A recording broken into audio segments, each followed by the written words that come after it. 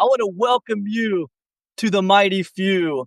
This is season 3. This is episode 2. I hope you guys are doing amazing out there. Today, we're going to be talking about how I sold my first ebook.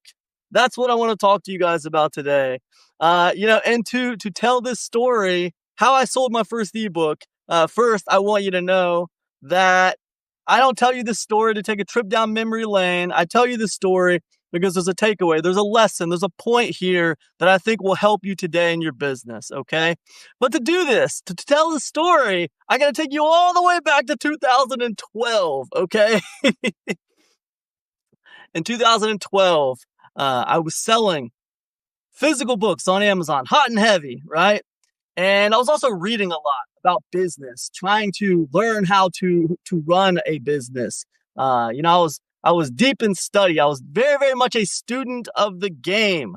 And one thing I noticed was on Amazon there was this KDP platform where people were publishing ebooks, and I was selling physical books. But I thought, man, I'd like to get into that ebook game. That looks a lot easier than what I'm doing.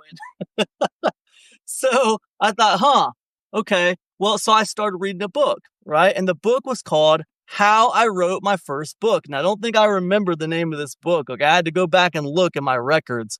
But the name of the book was How I Wrote My First Book, right? And I was reading this book, and it was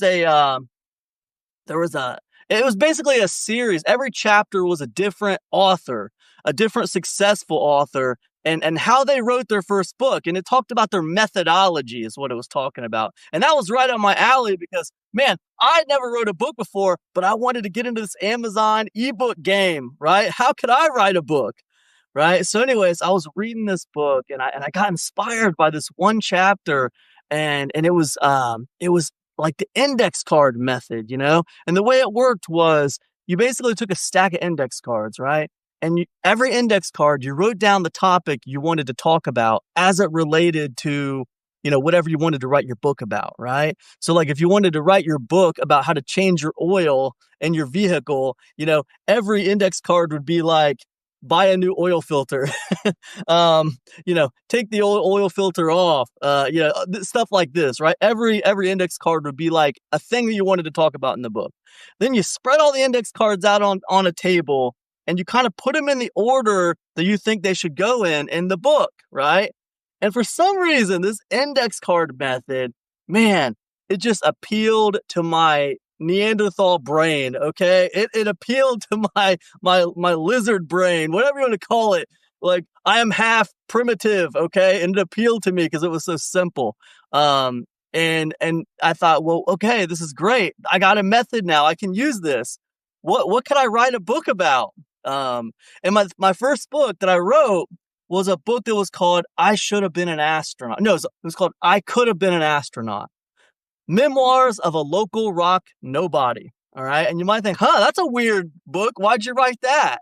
Well, the reason why is because I spent the better part of my 20s, pretty much my entire 20s, pursuing this dream of rock and roll, and playing music. And I played in a lot of bands, and I played in a lot of local bars and dives and stuff like that.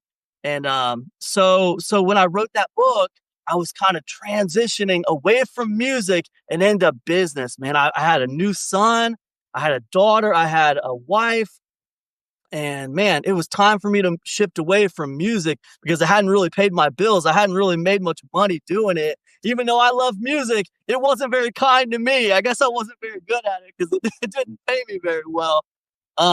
Anyway, so I was transitioning to business from music. It's becoming more of a hobby and less of a all-consuming life thing or whatever. So anyways, I thought, what better thing than I'll write about the last 10 years of my life I've spent dedicated to rock and roll. So that's what I did. I wrote this book. It was called I Could Have Been an Astronaut, Memoirs of a Local Rock Nobody. And I used this index card method, and I published it on Amazon, right?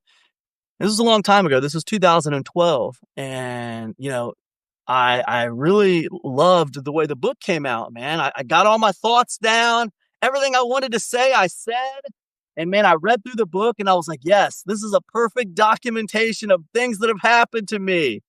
The only problem was nobody else cared. Nobody cared about memoirs of a local rock nobody. Of course they didn't care. Why would they care? Why would anyone care about that? Now, look, I can talk to you now as someone who's a little bit more seasoned as a marketer. I can tell you, hey, let me tell you something. There is an audience out there for that book.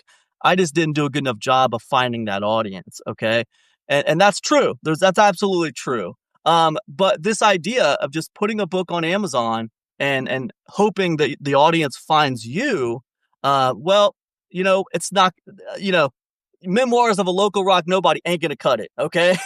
People aren't looking for your stuff like that unless you're like a celebrity, unless you already have interest behind you. Okay. So that book was a big flopperooski. I didn't really, in all fairness, I didn't really expect that book to sell any copies. I felt like I needed to get that stuff out. I needed to write that stuff down somewhere so that I didn't forget about it. And man, I am glad I did, okay? Because at 49, I was just looking at that book. I still have a copy of it on my hard drive. I was just looking at it and I was like, wow, I didn't remember this stuff. So I'm glad I wrote it down. But also in 2012, I finished that one up and I went pretty much right into, I had the system down, right? I had my index card method. I had my system down. And I thought, you know what? Now let me see if I can write. I wrote about what's happened before. Now let me write about what's happening right now. And what was happening right now was I was selling physical books on Amazon.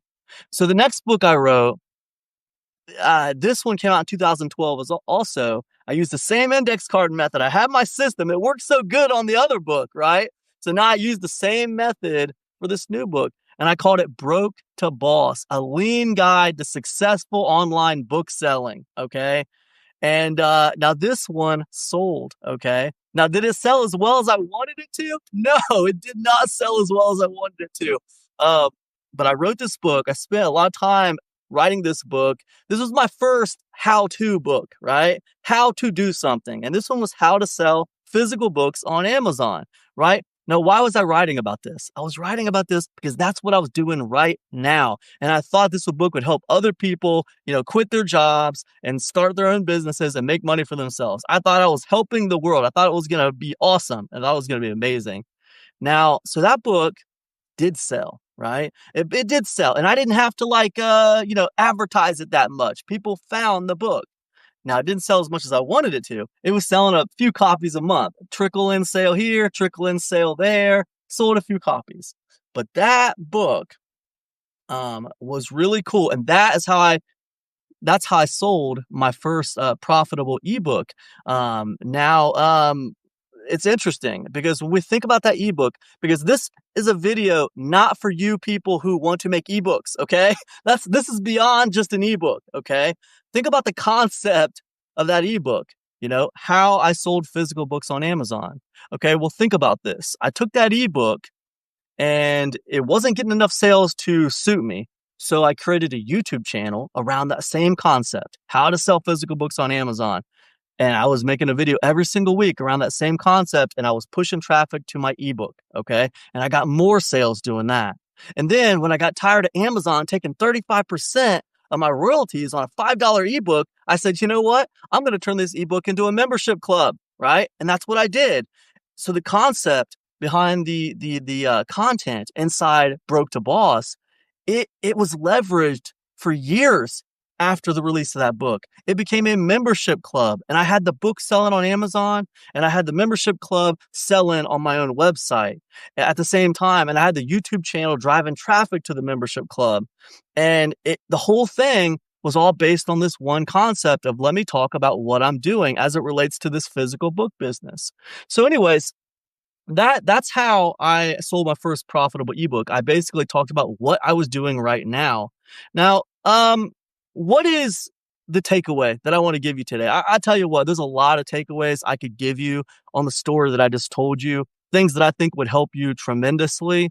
But I don't want this video to get too deep in the woods. Some of these topics, they are complex and they are hard to grasp. And, it takes more than a simple little video like this to be able to grasp them. So let me keep this to just one takeaway, okay? And that takeaway is this: the market is undefeated.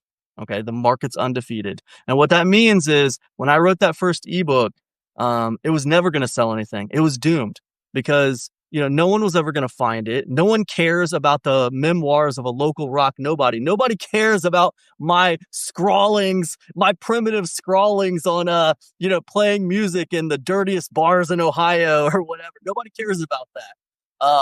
I would have to make them care about that. Now that's a whole nother subject. That's marketing, right? But nobody inherently cares about that. Now this idea of taking a way to make money online, like used book selling, this idea of taking a way to make money online, one specific way to make money online, like narrowing it down to just that one specific way and writing a whole book about that one specific way, not just how to make money online, not like 100 side hustles, none of that, man. Just let me show you this one single way to make money online that I've found very profitable. Now that people do care about. People care about making money on the internet. Why? Because it's the easy button. And the easy button has been around since before the internet. The easy button's been around since the days that we created fire. We discovered fire, right? It's been around forever. The easy button has always existed. It will always exist. And whenever you tap into that easy button, you're going to pique people's interest, okay? Whether that's an easier way to lose weight or an easier way to find a girlfriend or an easier way to make, $1 million. When you tap into the easy button, you're going to get people's interest, okay? So the market's undefeated. If you talk about something people already care about, you're going to perk their interest up, okay? And that's just the way it is. Talk about something people care about, you're going to perk their interest up. If you talk about just what you want to talk about, good luck, man. Good luck. It's probably not going to work out for you because the market's undefeated. All right, look, that's it. I hope this has been helpful. If you like this content, man, give me a thumbs up. Leave me a comment out there. Let me know you're alive out there. Give me a share. Sign up for my email list. I'm at epicconversions.com, and I'll see you guys in the next episode of The Mighty Few. Peace now.